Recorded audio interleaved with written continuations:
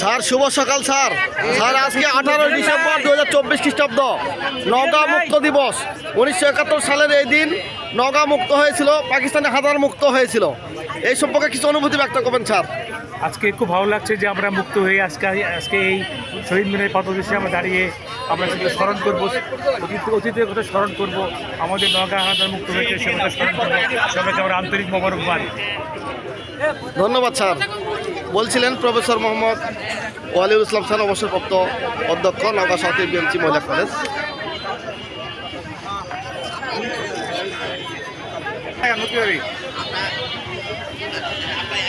হাসি দেন।